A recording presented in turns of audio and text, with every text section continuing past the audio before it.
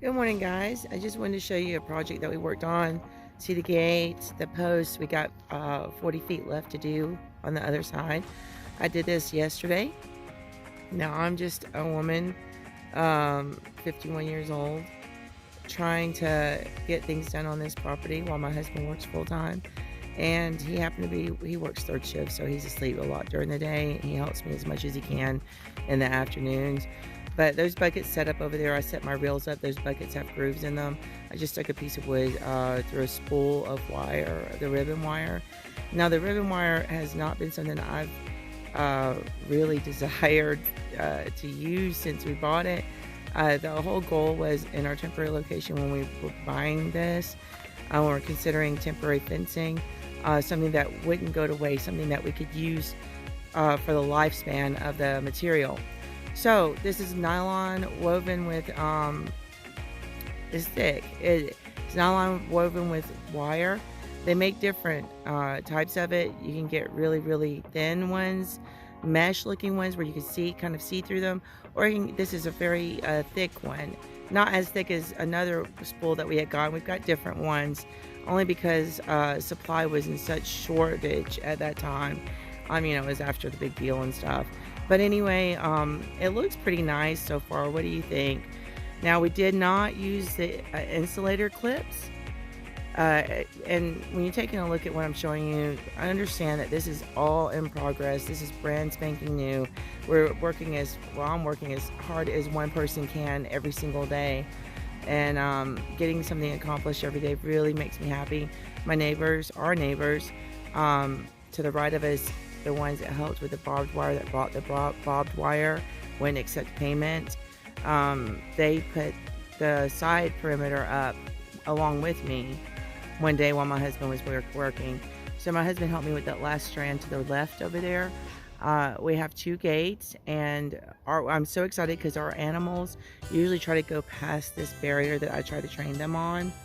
It's so much of a temptation for them because all that greenery at the front just attracts the goats. But as you can tell, the white ribbon fence, if it's attached to something permanent, and again, we didn't use insulators that you buy for this product. We cut pipe.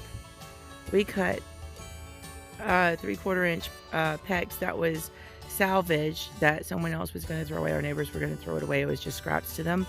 We cut it in pieces, and I can show you what we did with them. The ribbon is attached by vinyl strapping that they use for plumbing. And let me just show you what it looks like. Yes, we still have that big pile of wood. It's going to take some time to get some of these things down and taken care of, but it doesn't look the greatest when you couldn't tell from the far end, right? But check it out. We cut it into pieces. We cut it into pieces and strapped them in with vinyl strapping instead of the metal band strapping. All I have to do is tighten and straighten up this bottom row right here at the bottom. Yeah, right there. Because it's turned up. The ribbon does... If you ever use the insulators that come with this, or not come with it, but that is made for this, you will notice that anybody that uses it, it always sags. And that's my one pet peeve with this product. This is where I was tying in last night, where it ended. I just went in the zigzag all the way from the top over here, went across, zigzag down, came around, zigzag down, come around again. So that way it's one continuous flow of electricity, except for where I spliced it, where it ran out right here and I had to start a new spool. Now, as you can tell, this is actually one and maybe a quarter of the spools. That's pretty long. The span of this width of the gate of the fencing, including the gates, is about 300 feet across. 280 give or take. So I'm just rounding up to 300 feet. And over here we have the temporary fencing with those terrible plastic stakes. Do not get plastic if you're using temporary fencing with the ribbon. The ribbon's not really an efficient way to use temporary fencing. Not if you want to rotate your animals, because it's so long and it gets so tangled easily because of the length. and you want it to keep a continuous flow. You don't want to cut too much on anything electrical. But as you can tell, we have 7 strands set up over there. Over here, we're going to do, we haven't determined it yet. The electric is on the back side. We're going to put either barbed wire in between. That's the plan originally, put barbed wire in between these at 7 inches apart, and it gives it a good fence line. Or we have also a roll that we had bought at our other location that we never got to use a full row of the red top wire. I can't remember what it's called. It's the grid fencing, and it's the heavy duty one. So we thought about putting that on the front if we have enough, at least for the center part. And then if we have enough for the center part, we have another partial roll we can use that we use for our small garden that we had at the house that we sold. But anyway, the goal is to do things as minimal at minimal cost as possible, take advantage of other people, what they consider junk. And you have to have a lot of patience to do something with this ribbon, because I mean, think about it. I've probably moved that ribbon fencing at least 4 times on this property, and then at the other property we had made 2 paddocks out of it, and we moved it several times. I mean, it was only on 2 acres of land, and we moved it so many times just so the goats could get fresh ground. So it's been a pain. I'm so excited to use this for permanent fencing, and again, get it as tight as possible so it doesn't sag and it stays looking good. Make sure that you can access the points that you may have to tighten in the future. We are digging under the fence, the inside of the gate, to cross the electric over, and then from that point, whatever temporary fencing we have, like for the chicken yard, we can just run a little line to that from this fence, and run a little line, you know, from this fence as the main source of electricity for the front area until we get the electrical wire done at the sides. Now, if I have enough ribbon, I may go ahead and start doing that on the side too. So we'll see. We'll see what it looks like. I'm very concerned about what, you know, my neighbor's happiness, because they have been, whatever you do adjacent to another property, don't think of it as, oh, this is my side of the property, I do whatever I want to. No, try to consider your neighbors, be kind, be generous, because it does reciprocate back. Like, I mean, they have gone above and beyond helping us with whatever, like from digging holes with their auger on their tractor, to bringing barbed wire, 4 rolls of it, to go all the way down the 7-acre property. I mean, be kind to your neighbors, because having good neighbors, share things with them and reciprocate any kind of considerations that they may give you. Because I mean, sure, I've come from a HOA area, even though I wasn't part of it. I opted out because I was grandfathered out. But they are, good neighbors are hard to come by. And please be a good neighbor, because it'll make your life and their life so much easier. But anyway, I hope you guys like this fence. Also, I ordered some lanterns. These posts are not even.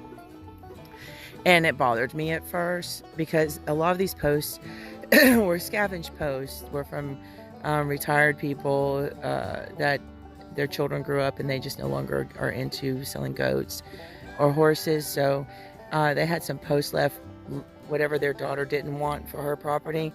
And it was enough to almost do the entire front. But as you can tell, I had to buy some new ones, but nowhere near as many. It came with some ceramic insulators, which I will be using later to connect out to the paddocks. So a lot of this wood was repurposed, reused again, and it's all different sizes almost. There's considerable difference in this one and the one down there. But guess what? I'm not going to cut them like I had planned to.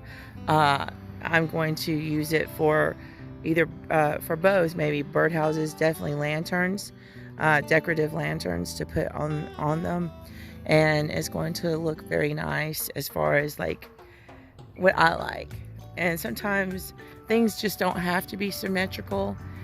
They just have to look, you know, like you did it on purpose.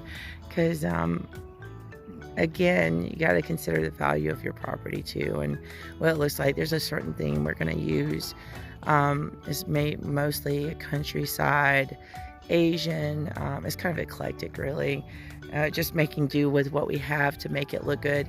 Now that stuff is going to still be moving out. If you notice, it gets smaller and smaller every time. I do a video usually because I'm constantly moving things, and then that trailer is going to get emptied. There's lots of wood that was left over from the fence that we picked up, the fencing material, so we'll be doing things with that. Adding to the structure for more permanent structures throughout here. We're going to have some reflecting pools with koi, and we'll have some different things going on. So keep in touch and stay posted, and I hope you enjoy this. There's my little bed right there in the excavation area. My RV we're renovating, our RV. I've got to wash this stuff right here out. I've been using it, that tool bag. The cat's got a hold of it, so I've got to wash that out. And look at my car. It won't get repaired probably for a while, but the lights do work. I don't know if over here you can see. Well, I'll just leave it for another video. I could tell you everything today, but a lot of people don't have much attention span or time. And if you're a person who's interested in what we're doing, understand that you can, if I, a 51-year-old woman, can run this, even though it took all day to get it tight and get it straight, you can do it too. Be encouraged. If I can do it, you can do it. If you've got dreams set, and see, I have construction fence, that'll come down once this is up, because it was to keep a barrier for the goats to have to take more time to go around to get up here so I could catch them easier. The dogs have shade. You see the shade cloth. We decided to do it this way so the wind doesn't destroy the panels. Anything you do has to have a pitch to it, okay? Especially if it's tarp. But like I said, be encouraged. If you have dreams of gaining property, even if you lease it, there's people that will, if they know you're going to garden, a lot of them have hung on to property, but they won't garden, they won't farm. They will offer to use their tractor to till the garden for you. I've had someone offer it to me that said that I could come and garden over there. They found out what we were doing over here. They were excited, even though it doesn't look like much. A lot of people get discouraged thinking, you know, because they're so used to what corporations do in a day. Well, it's just one human being, myself, and my husband, when he's able to help to do this. We don't have machinery. We don't have billions of dollars. No, getting things done overnight is not going to happen, but that's what people are used to. And they don't understand hard work. I mean, they understand having a job, having long hours, but hard work is getting down and motivating yourself. The one thing you must have doing this is self-motivation. If you procrastinate at all, it's not going to work, because you're having to keep up kind of a circadian rhythm, right? You're keeping up a circadian rhythm for yourself, to understand the property you're on, to understand where the water's going, where it comes from, where it comes off of your property from.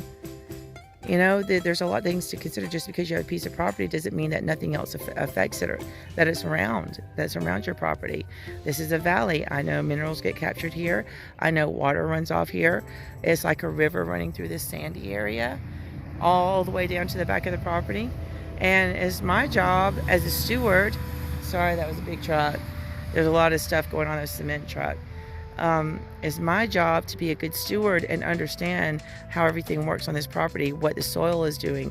And like I told you, this bird yard over here, I used layers of cardboard before the wood chips came in for our fowl, for our ducks, and for our dog pen that was in that area with the triangular structure is, and over here where the grids are with the tarp.